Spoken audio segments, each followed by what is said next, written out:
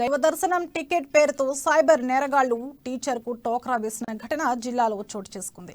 జిల్లా కేంద్రంలోని కల్కి నగర్కు చెందిన ఉపాధ్యాయురాలు విజయలక్ష్మికి దైవదర్శనం టికెట్ పేరిట కేటుగాళ్లు 18,240 రూపాయలకు వేశారు.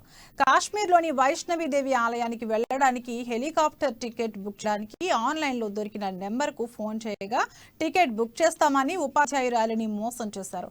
ఇంకా డబ్బులు అడుగుతుండటంతో అనుమానం వచ్చిన విజయలక్ష్మి దేవునిపల్లి పోలీస్ స్టేషన్లో ఫిర్యాదు చేశారు. కేసు నమోదు చేసిన పోలీసులు దర్యాప్తు చేపట్టారు.